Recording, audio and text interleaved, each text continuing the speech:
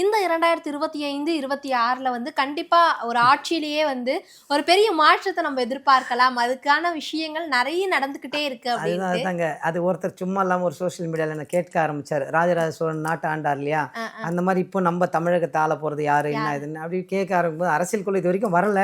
வெளிய வந்ததுனால இப்ப எல்லா சோசியல் மீடியாலும் நம்ம கேட்க கேட்க ஆரம்பிச்சுட்டாங்க. ஆரம்பிச்சு. ஸோ வந்து பார்த்தீங்கன்னா, நம்மளுக்கு அசிரீதியா பார்த்தீங்கன்னா 2 பெண்கள் தான் ஆளுவாங்கன்னு முதல்ல இருந்தே நமக்கு வந்துட்டு இருந்தது. ம். நமக்கு வந்திருந்த விஷயம் நம்ம சில நேரங்கள்ல உட்காந்து கேட்போம். ஏன்னா மக்கள காப்பாத்துனா முதல் நாட்டுல அரசன் நல்லா இருக்கணும். நாட்ட ம். ஆள்றவங்க வந்து நல்ல ஒரு எண்ணங்களும், நல்ல ஒரு விஷயங்களும் மக்களுக்காகவே வாழணும்.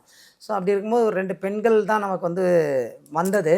ஆனா இப்ப சமீப காலமா பார்த்தீங்கன்னாக்கா, ஒரு புதுசா கட்சி ஆரம்பிச்ச ஒருத்தர் ஓப்பனா பேச வேண்டியது தான் லிமிட்னா இருக்குதுங்க. நடிகர் விஜய் வந்து பார்த்தீங்கன்னா, கொஞ்சம் நல்ல மக்கள் மனசுல இடம் இடம் பிடிச்சிருக்கு. பிடிச்சிருக்கிறாரு. ஸோ எல்லாரும் கேட்குறாங்க, அவர் என்ன செஞ்சுட்டாரு?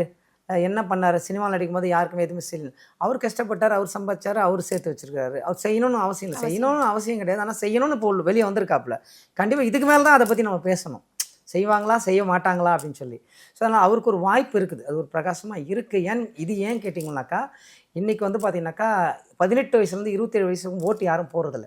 ம். ஓட்டுன்னு பார்த்தீங்கன்னா 60% தான் விழும். எல்லாம் வந்து இந்த சில பேர் வந்து கட்சிக்காக உண்மையான விசுவாசிகள் போடுவாங்க. சில பேர் பணத்துக்காக போடுவாங்க. அப்படி தான் போயிட்டு இருந்தது.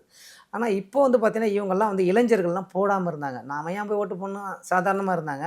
ஆனா இப்போ எல்லாரும் கூர்ந்து கவனிக்க ஆரம்பிச்சுட்டாங்க. ஏன்னா அவர் ஒரு நடிகர்ன்றதுனாலயும், அவர் வந்து குழந்தைங்கள்லேருந்து பள்ளி படிக்கிறவங்கலேருந்து கல்லூரி படிக்கிறவங்களும் எல்லார் மனசுலையும் இடம் பிடிச்சி வச்சிருக்கிறதுனாலையும் அவர் பேசுறதெல்லாம் கூர்ந்து கவனிக்கிறாங்க, அரசியல் தெரிஞ்சுக்கிறாங்க.